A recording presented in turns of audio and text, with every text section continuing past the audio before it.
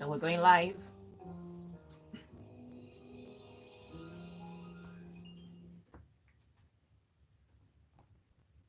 James Brown said it's a man's world, but BJ, the Chicago kid, thinks it's a woman's world. And so he did that one as a tribute to women and a celebration of all the wonderful, strong, powerful, and beautiful women who choose to be who they want to be. And that again is BJ, the Chicago kid, with the one titled Woman's World.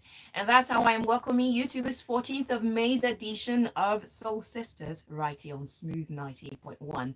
Here we love a lot of things. We love music, we love life, and we love women. You're welcome to the show every Wednesday from 11 till 11:55. This is what we do. And you're always welcome to be part of it in different ways. For instance, you can join us on YouTube where we're currently live at Smooth 981 FM Lagos. At Smooth 981 FM Lagos. You can also join us on WhatsApp, and that's you sending a message, a WhatsApp message to us on WhatsApp, and that will be 0809 444 0981. Again, 0809 444 0981. You can also dial that number, and if you're driving, you do not want to put yourself in danger or those in your car, you can just do the voice note hands-free so that you are safe. So send a voice note to it, you can dial the number, and you can send your WhatsApp message. Now, I know that you want to be a part of this conversation because it's a juicy one. It will be enlightening, and more importantly, I think it will be intimate because I like to hear the stories of other people and how they came to be and why they believe what they believe. So today, we are going to be having the Chronicles of a Bitter Feminist. That's what we titled today's conversation. So you can join us on YouTube and you can join us on WhatsApp. And before now, we've had different conversations on feminism. I think it was last month that I had a conversation with Yvonne Femi Adewumi. We were talking about women empowerment, what that entails, and we delved into feminism there. And last year, we had Her Excellency Erelu Bisi Adeleye Fayemi, who is also a feminist and a women advocate, author of many books relating to that. And we talked about feminism, the ideal versus the reality. You can still find that video on YouTube, by the way. Just search for hashtag Soul Sister, feminism, ideal versus reality. But today, we are talking about the Chronicles of a Bitter Feminist. And my guest has a docu-series titled that, and some might call her controversial, but we're getting into her world this morning. So please welcome with me.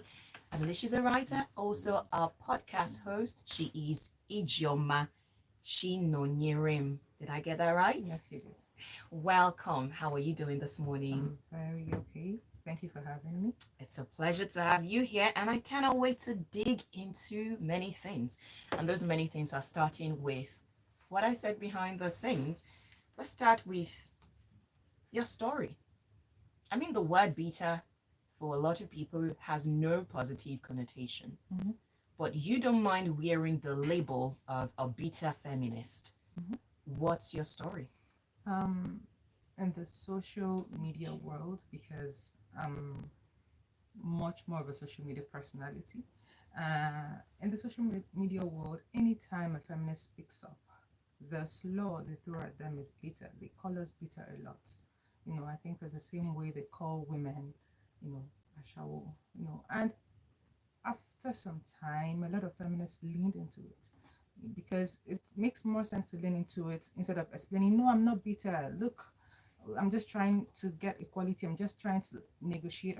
At the time, we just got tired of fighting it because it was a slur they threw at us, bitter, ugly, daughters of Chimamanda. And the one that stuck was bitter. And instead of us whining, a lot of us embraced the tag. So I don't think there's any serious controversy there except that we embraced a law that was supposed to demoralize us, and then we just embraced it. That's it. So I guess the other part of the question will be, what is feminism to you, and why did the conversation trigger something called or something that is described as beta? Feminism has always been the same thing to everybody, and it is a movement that asks for the equality of both genders. I think it's that simple. That's the most basic way I can interpret it. It's just for um, social, economic, financial equality for both genders, that none is superior to the other, none should be above the other.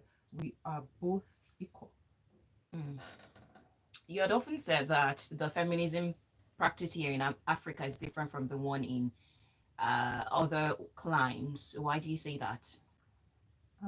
The kind of equality that we aspire to, those in the West have already passed us in that. We can't, we're not asking for the same things. We're here, we are trying to get, when women can't even rent houses in many places in Nigeria if they are unmarried. Women can't inherit properties from their parents. Women can't do so many things. It's even a struggle for them to leave an abusive marriage. Those in the West, they have surpassed that. That's not what they're fighting for. They're not fighting for the right to be able to rent houses. I don't think we've ever heard of an American woman being discriminated against when she wants to rent a house because she's a woman. And that is why I say that our feminism, our fight is different. Let me take Saudi Arabia for instance. There are feminists in Saudi Arabia, but I believe that what they are fighting for is different from what we're fighting for, because to an extent we've surpassed them. We can drive, we can buy houses, we can travel without a guardian, but they can't. So what they agitate for is different from what we agitate for. And that is why I said that what we Nigerians, Africans ask for, what we, our own brand of feminism, is a bit different from what the Western world has to, offer. And I remember during the 1900s, during the time of the suffragettes, when they had to burn brass, burn stadiums and everything, when they had to ask for the right to vote, that was when they were where we are now. And through such activism and sometimes even violence, they passed and got to where they are now. And we are trying a little bit to get to half of where they are right now. So it is not the same. We can't, it's just like comparing the level of development over there with the level of development here. Can't be the same.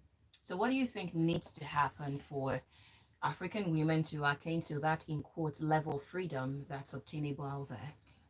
Um, I think we are way past the negotiation stage. I think this is a point where women have to speak up more. I think there's a point where women have to ask for what they need, and not just negotiate. Because I don't think the people who have the power, or the oppressors in court, ever give up that power through negotiation. I don't think there's any kind of negotiation that would say, okay, you know what, we have heard you. Come and take your rights. You have to fight for your rights. So I think if we want to get to the level where they are, they did not get there by negotiation. They got there by fighting for what they believed is theirs, by not just physical or violent fights. They had to talk. They had to show that this really mattered to them.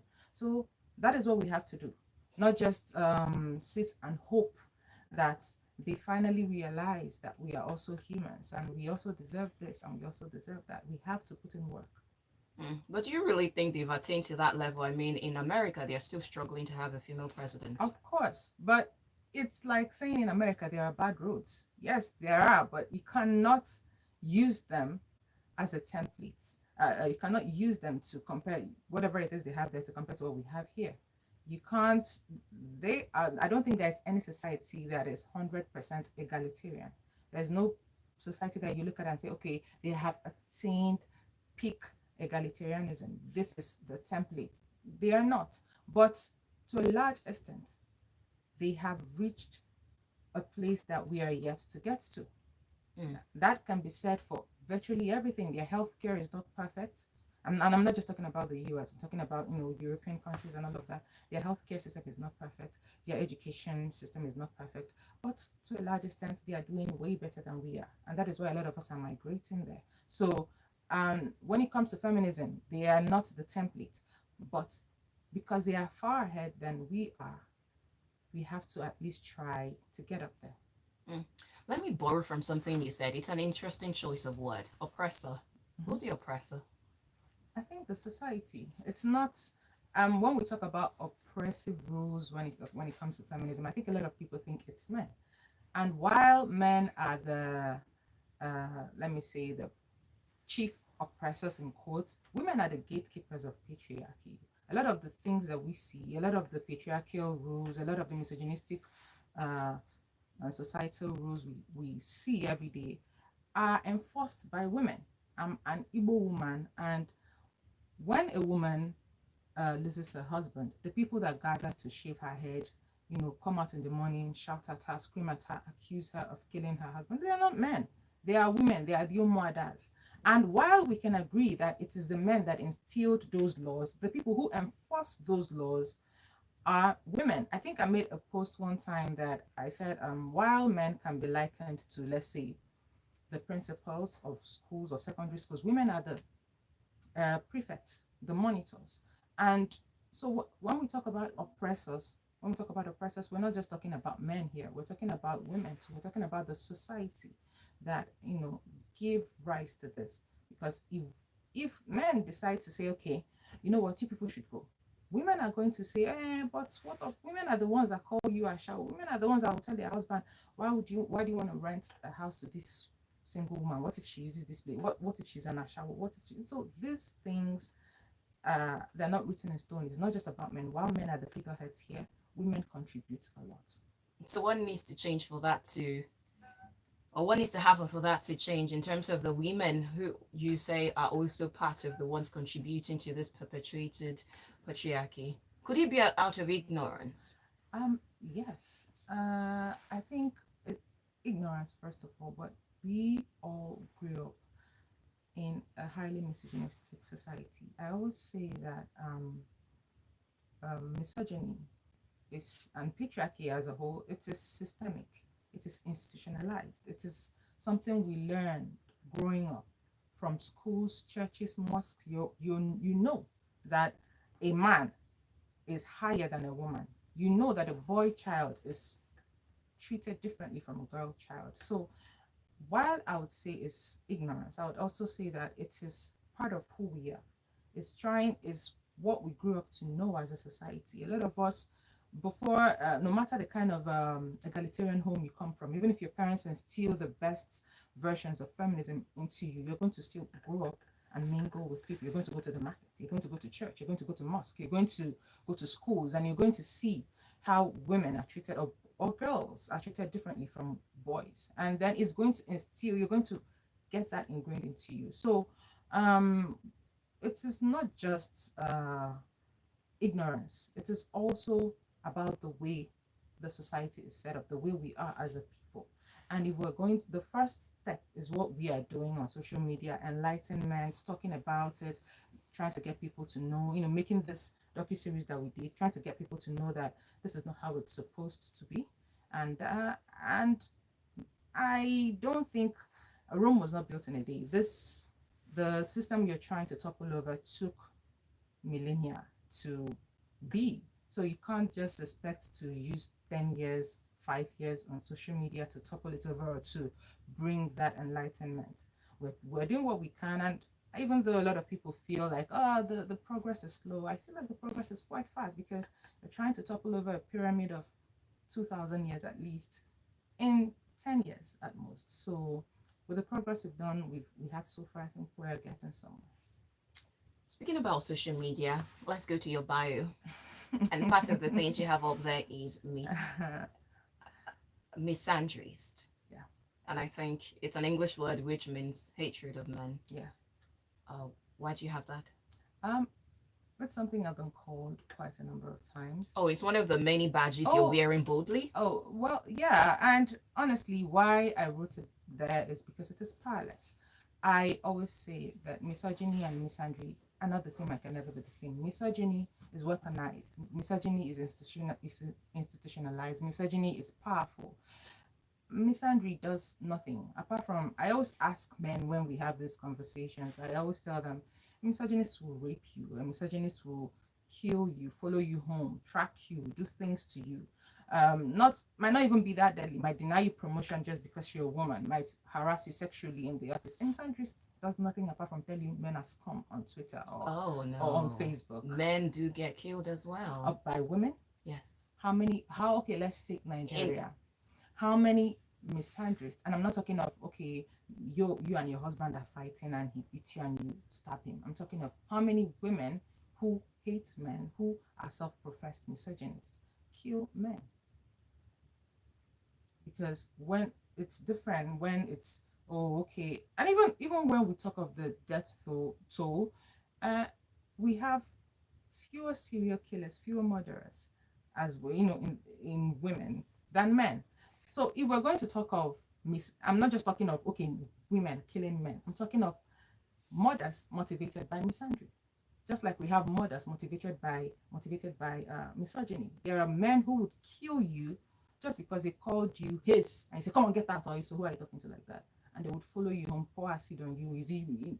Am I talking to you and you're talking to me like that? So if we flip the script, how many women do that to men? If I'm walking on the street and I call a fine boy, "Hey, fine boy," and he said, "Come on, get out." How many women would follow them home, rape them, stab them? This will teach you not to talk to women anyhow. Please let me interrupt you there. Why do you think that happens? Where a man kills or insults a woman simply because she refuses advances or for whatever reason? Why do you think that happens? Because women are seen as objects to men. Women are, from time immemorial, we I've already said this before, that we are seen as inferior to women, to men, based on the concept that we grew up in, based on the patriarchy. The patriarchy promised these men their kingdoms, and you grew up, you knew your grandfather would walk out, call a maiden, and marry the maiden, and then it's now your turn to call a maiden and marry a maiden, and the girl is telling you, "Come on, get out." So I think it's still an offshoot of the misogyny that we're talking about, where men feel entitled to women's bodies, they feel entitled to women's time, they feel entitled to their audience, and when you refuse them that, they get angry. It's like if I have a dog in my house, or if I have a pet, a chicken in my house, and I talk to it, I say, "Hey, come," and it refuses, and I'm like, "Okay, you end up in my pot of soup." It is that level of control that they feel they have, or they should have, over a woman. And when a woman refuses, you see it every time when a man is beating his wife, he say, "I will kill you here," and nothing will happen.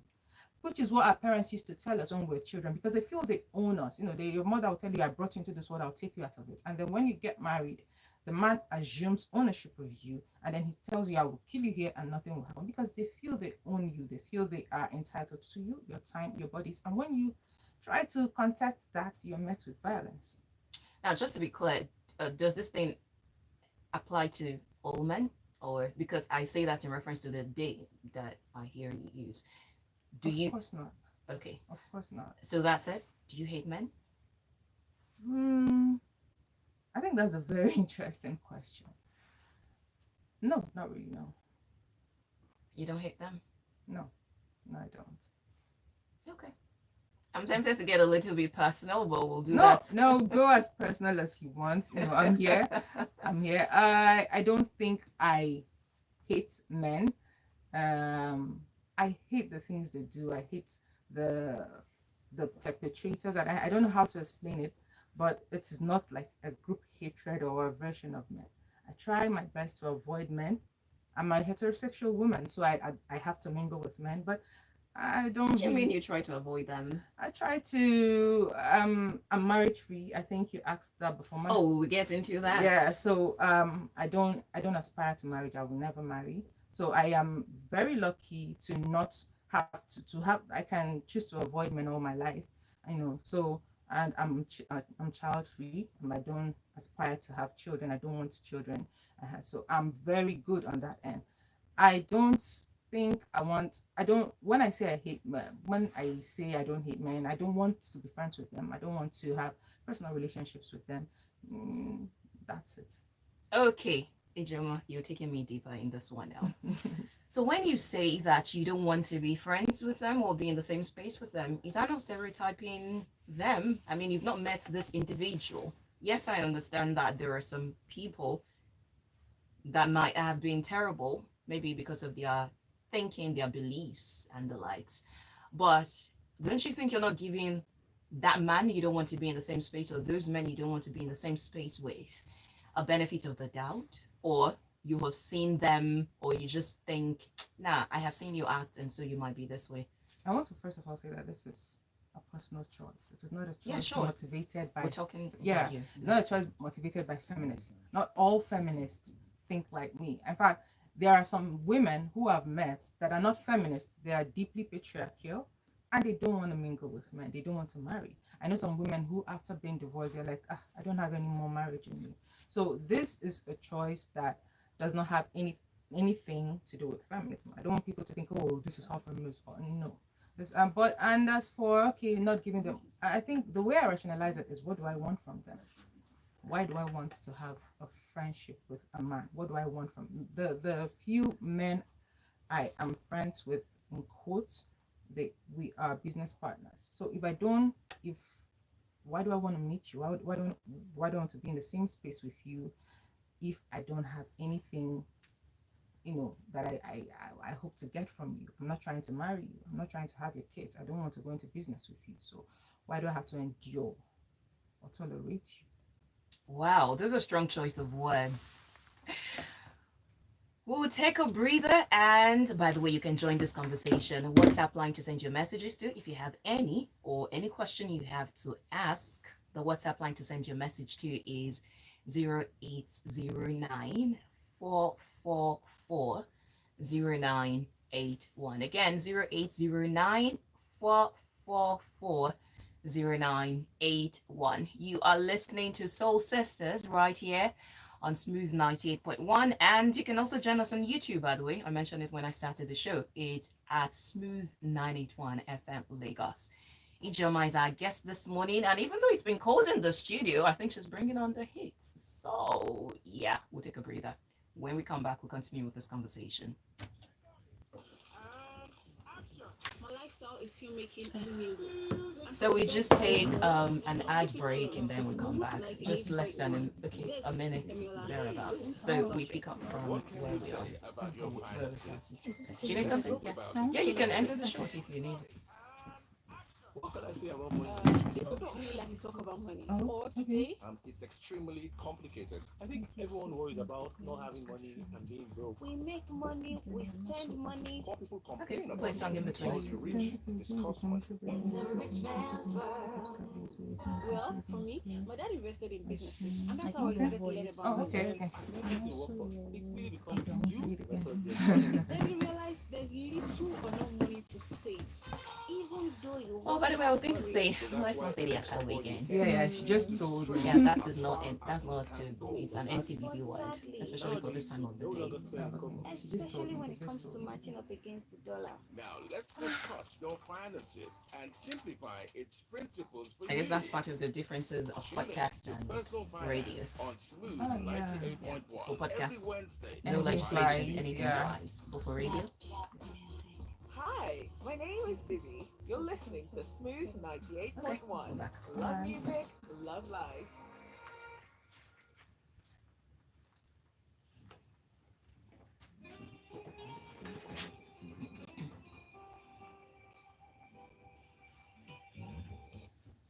Love music, love life, love the women, and we dedicate this show to them every Wednesday from 11 till 11:50. It's called Soul Sisters, and my name is Oluwaseun.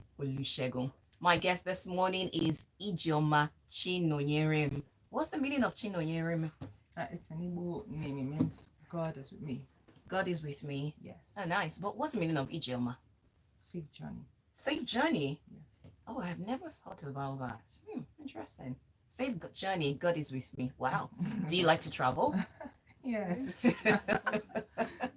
All right, you can join this conversation on WhatsApp at Smooth 981 FM Lagos on YouTube. WhatsApp is 0809 444 0981. Again, 0809 444 0981. Felix from Lagos says you have a wonderful guest in the studio who needs serious help. What do you mean by help, Felix? Felix, I'd like you to give more details to that. But before the breather, we were talking about some of those tags, which one of them is child free and Okay. marriage free. What's the difference between being single and being marriage free? A single woman aspires to marriage. You might be in a relationship where you would get proposed to and get married. Marriage free means you don't aspire to marriage, and no matter how good the relationship is, it's always going to be a relationship. Now, I know this is personal, and that's why I started from the beginning and saying that this is actually a little bit of personal understanding of you and your journey. So, why don't you want to marry? Nothing. I think whenever we discuss this, people think I had a traumatic event. I think for a lot of feminists, they ask them if there's something, there's an epiphany, there's a eureka moment that turned them into feminists. And for me, I didn't have any. And when it comes to marriage, I did not have any either. I just told, I figured after some time, I think in my early 20s, that this wasn't what I wanted for myself. And I really don't like kids either, so it wasn't also what I wanted for myself. And God bless social media, because I felt like I was crazy till I got on social media in 2017, and I saw that there were actually some women like me. There are some women who did not want marriage either, or did not want children either. So I understood that, okay, I'm not stupid, I'm not crazy. There are actually people like this, they exist, and that's it. And it's just coincidental that I happen to be a feminist. A lot of feminists, like I said, are married, have children. It's just a personal opinion that has little or nothing to do with feminism. I think the only connection it has with feminism is because I'm a feminist, I can choose to do whatever I want.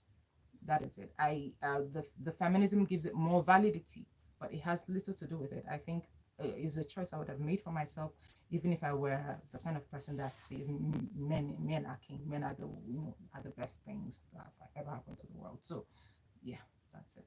So, you don't like the idea of love? Oh, I love the idea of love. But I've you been don't in want it? beautiful relationships. I think I would say this on Facebook, that the men that I have been in relationships with, they've been very good men. They've been good to me. They were good to me, But I do not want to marry anybody. Okay. I will take some messages and then we will come back to some of those questions. And I've got Florence Usibe from Igondo says, please, I want to know if since you were born, you have never had anything to do with a man. I think she just answered that. You've had friends, or sorry, business partners, and you've had relationships with men. So that answers it. Ifelua from Akua just says, I really love ladies like her. Okay. I always pray to have good connection with people like her, just to have a child with any one of them. Interesting thought. Hmm. Now, coming back to it, talking about choice, Mhm. okay, before I even talk about choice, would it be correct to say that your acceptance of your thoughts and what has formed your belief now, and who you choose to form yourself to be, would it be right to say social media contributed to that or helped you to accelerate it? Actually, no. And I say that in reference, sorry to interrupt. I say that in reference to what you said Yes, I about understand. coming on social media and saying Yeah. that there are people like you. Yeah, I joined social media, became active in social media for the first time in 2017. And I always say that the best thing that happened to me was I was already a feminist, a very fiery one, before I entered Facebook and other social media and other social media platforms. And I had already formed my ideas. I already knew what I wanted out of life. I was already marriage free. I was already child free. I was already a raging bitter feminist, but without a platform.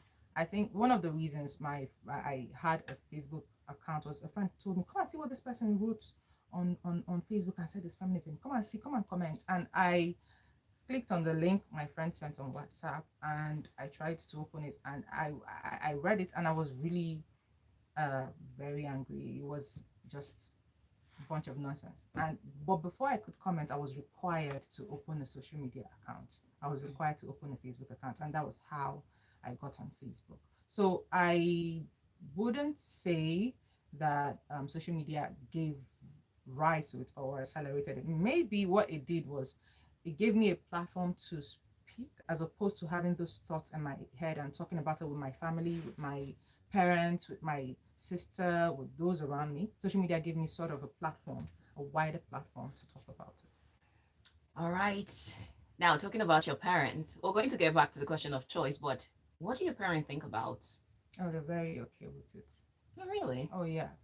My mom, before she passed, she was very okay. When I told her I didn't want children, she said, "Oh, if she just had, she would have stopped at me. She's not really so um crazy about kids either." So she was very okay. She understood what I wanted. I told her I don't want to marry anybody. I don't want to have kids with anybody. She was okay. And I told my dad, I think almost 10 years ago, he was okay. I told that there was a time in our church, I'm an Anglican, that when I wanted to go for service, they called us all out to pray, and they were praying for the men to get jobs, and they were praying for the women. You will come back with a husband. I refused to say amen. We have a small family church, and our pastor had to stop and say, "Ijeoma, why are you not saying amen?" I said, "You're praying for the others to, or the men to come back with jobs, have good careers. You're praying for the women to get married. I don't want to get married. I'm not interested in that." Right in front of the altar. So I think everybody in my life, my entire family, extended, friends, relatives, they all know, and they're okay with it. Very okay. I think that's one place I'm extremely lucky, that I'm surrounded by people who understand and support my life choices. Thank you. You can join the conversation, like I mentioned, and the WhatsApp line is 0809 Paul from Ikoto. Again, I might not take your question because I think it's a little deeply personal. Yeah, especially for daytime radio. So maybe you want to ask another question? Sure, I will take it. Chief Cisco Delgado says, "Good morning, big sister Oluwaseun and Chinoyerem. Yes, I agree with you, but there is no smoke without fire. You must have been traumatized either at tender age for that to have happened, such an very common decision. So nothing really sparked it. You just I want to speak on that.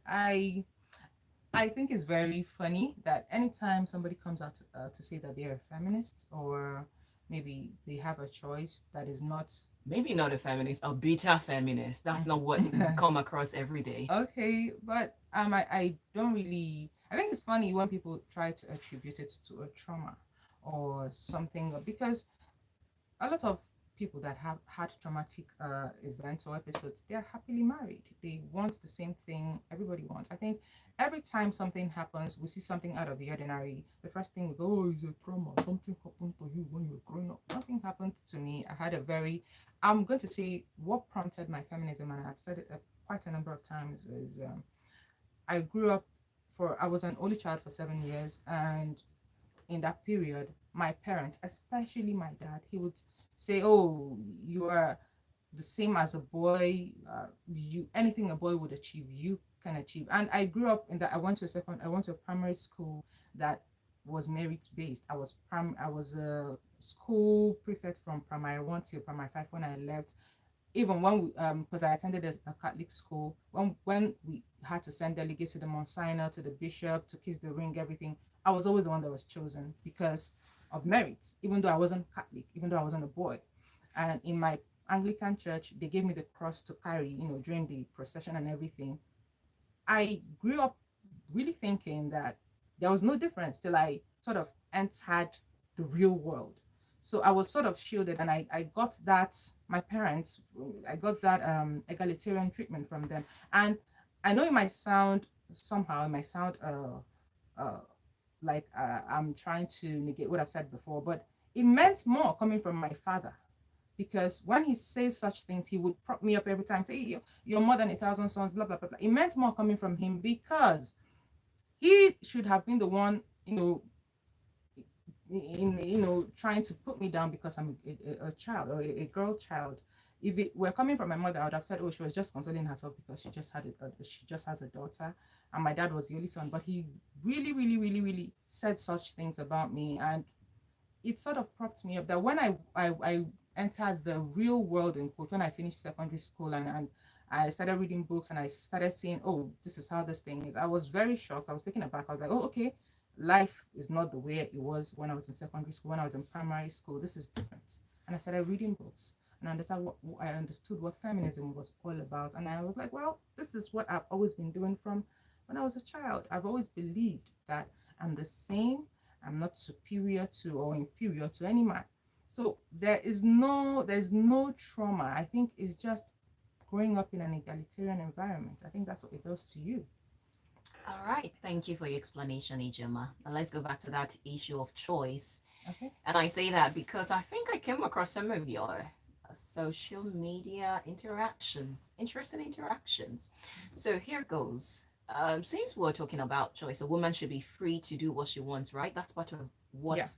feminism is about. Mhm. Okay, so if a woman chooses to be a subservient woman, do you think it's her choice, or nah, you're not in your right mind? You are just choosing that because of how you have been programmed, and so we need to liberate you.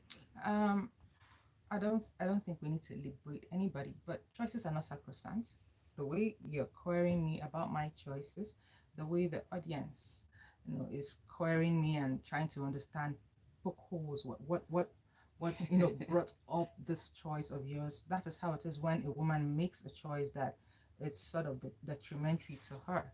If you choose to be subservient to a man, negating your welfare, negating your livelihood and everything, people are going to ask questions. They're going to, you know, ask questions about your choices. Choices are not sacrosanct. Your choice, as beautiful and valid as it is for you, your choices are subject to questions. People are going to ask questions about your choices to know that, okay, this is not how it's supposed to be. This is not what we know. And are you sure you're making the right choices? Are you sure you're making the right decisions? So while you're free to make your choices, I'm going to use an example here. If a black man who knows the history of racism, civil rights movements in the US chooses to become a slave to a white man, people are going to ask questions. Black people, especially, Black Lives Matter people are going to ask questions. The leaders of the civil rights movement are going to ask questions. They're going to say, okay, yes, we know it's your choice to be a willing slave to this white man,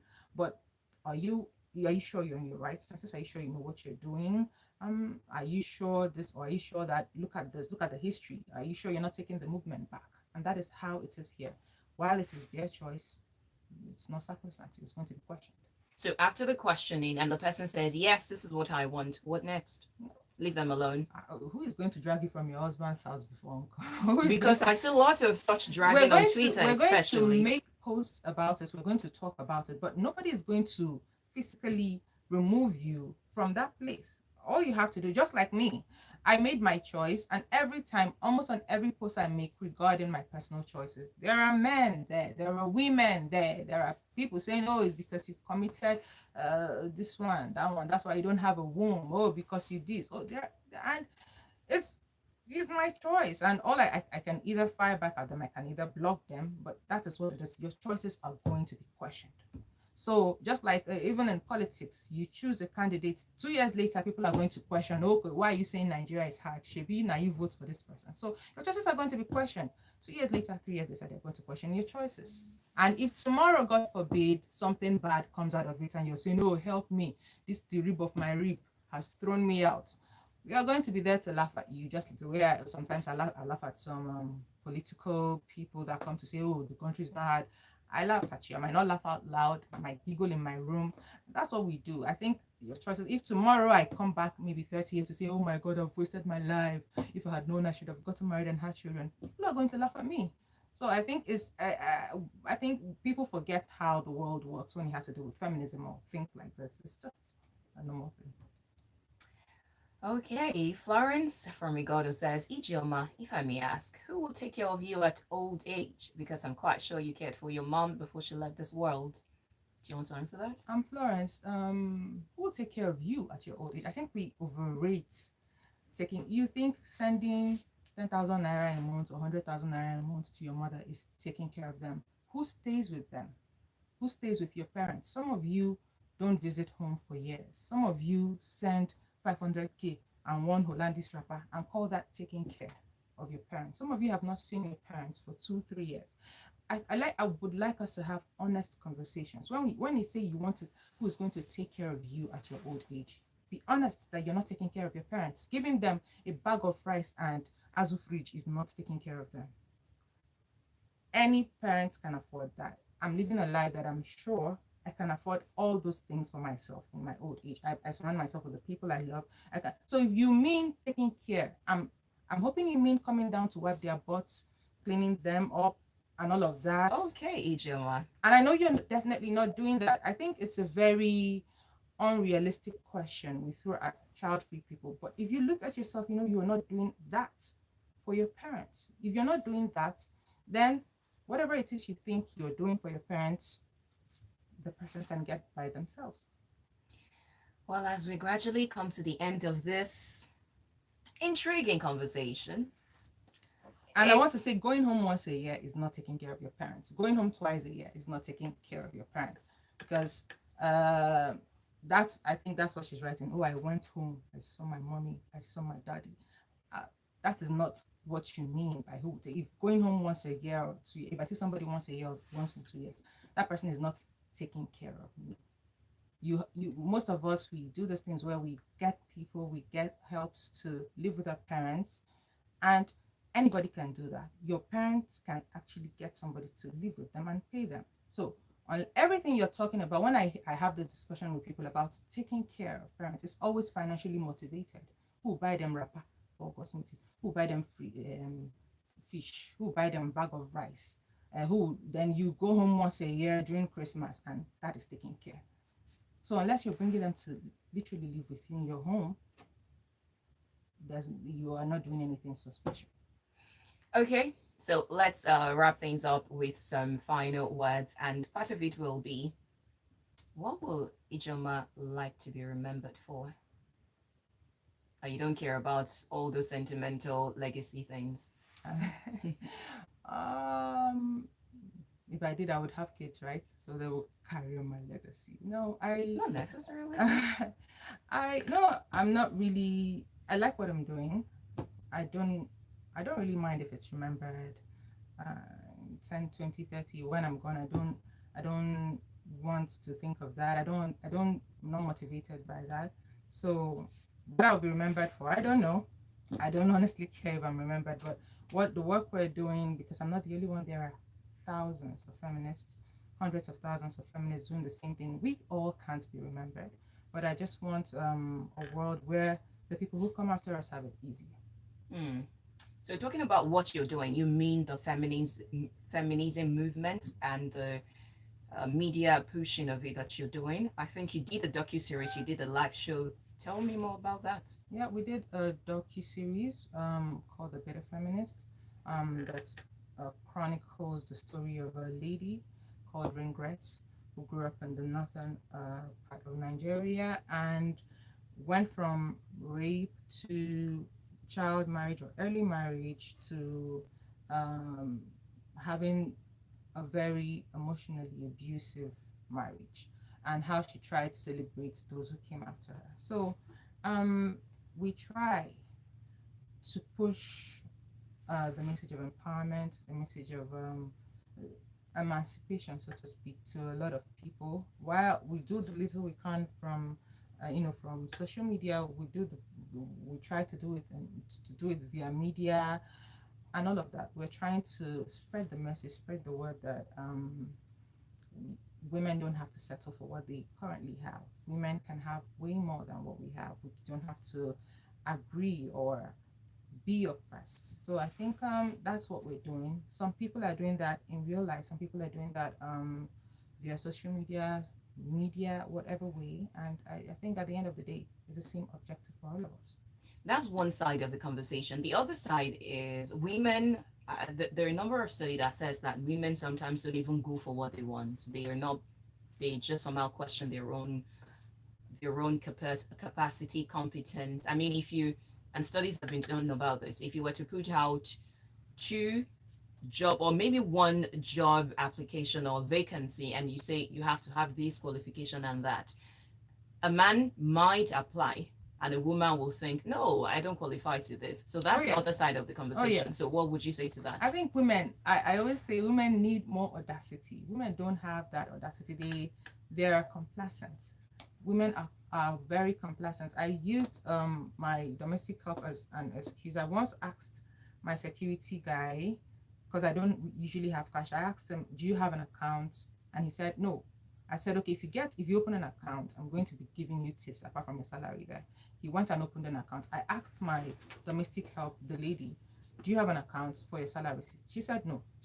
For over a year, even though I shouted and I dragged it, she refused to open an account. She kept on using her husband's account. And I likened it, I told this man once and he went and did it. And I told this woman for over a year and I threatened to fire her before she actually went and did it. So women don't have that. They're always complacent. They're always laid back. And I think it's also an offshoot of the patriarchy where you feel like, okay, man is going to save you. I think a lot of women do that where they, even if I don't get, when I was 7, I had a lot of friends who'd be like, even if I don't get a job, I'll marry. So I don't have to, I don't want to suffer too much. I want to be Munyoga. I want to be Oga's wife. What's a Munyoga? Oga's wife. Oh, Oga's madam, that kind of thing. So I think that rationale that somebody is coming to save you, even if this doesn't happen, somebody will come, I will marry, I will born. I think that's one of the reasons why women don't try to apply themselves as much as they would. And men don't really have that safety net. So they go all in. So I guess the education has to touch the other side for the women as well. I mean, to tell them that they should stand up more. Not just education, but also the mental emancipation and empowerment that we're trying to tell them that you don't have to wait for this to happen. You don't have to rely on men without even knowing it. I used to say it sometimes that women in love are very complacent. I had a friend that if she makes sales, on days she doesn't make sales, on weeks she doesn't make sales, the boyfriend would be like, no, don't go to your shop, come around. And she would come and he would say, I'll pay you whatever it is that you would have made for the week. And she was really impressed by it. It sounded like, an Odogu move. And I was like, no, you are going to get complacent, and with time you're going to close that business down, because if you have 1-2 bad weeks, you're going to close it down. Now men will keep on going to their shops regardless, even if there is nothing, even if they're not making sales, because no woman is coming to save them, not generally. But women are going to, at the first sign of discomfort, they'll just I should be a happy man. So these are educated, empowered women. So you have to speak to that side of their head that you don't have to do this. You can't rely, you can base your life on the benevolence of a man. I mean, I have many other questions. Unfortunately, time will not permit us to take that. Felix from Lagos, I see your message. And Iheoma says, Florence says, Iheoma went home, Ogoja, some few months ago. Don't be annoyed. Paul says, do you love, and what makes you love? Chimeze says, hello, just listening. Laddie from K2 says, good morning. I disagree with your guests that a man and a woman are equal because she's not correct We're biologically. not talking about biology here. It's not about biology. I think that's one mistake people make. They run straight to biology and be like, oh, we're not. Of course. It's like saying 1,000 naira notes and 2,500 naira notes, they are not the same because they look different. We're not talking about biology here. But in other aspects, I literally said socially, economically, financially, not biologically. All right, and finally, Chief Cisco Delgado says, not this very age. A lot of women are not ready to be Oga's wife. A lot are challenging men folk in various aspects of human endeavor. Cheers to that, and cheers to having more of the women blazing the trails and inspiring others. Iheoma, Dalu. Thank you, and big cheers to more of doing what you like and what makes you. By the way, what makes you happy? A lot of things. Like, do you like ice cream? Yes, who doesn't like ice cream? Oh, okay, that's a good one. I'm curious though, what makes you happy? A lot of things make me happy. I like sitcoms. I like music. Do you like the rom-coms? Yeah, of course. All right, we're done for today. Thank you for your time and thank you for your contributions. We go again next week on Soul Sisters from 11, right here on Smooth 98.1. You can catch up the conversation on our YouTube page at Smooth 981 FM Lagos. That's the channel you're searching for, at Smooth 981 FM Lagos. Of course, by 12, I'll be playing you great African music to make sure that you have a fantastic afternoon as you go about your business. My name is Oluwaseun Olusegun. Thank you. I hope that was not too inciting. No, Tell me. What it do you was, think? it was good. It was Expected, of course, with the questions and all the yeah, it was bombardments. expected. I knew when you told me the question you were going to ask. I knew I was going to get into the hot seat, and because it's an interactive session, I expected the questions and maybe the snarky remarks from them. So Yeah, well, I did. it's not it's omit some of nothing them. it's not up to what we see every day as social media. So it's okay. Thank you so much. You're welcome. All right. I hope you have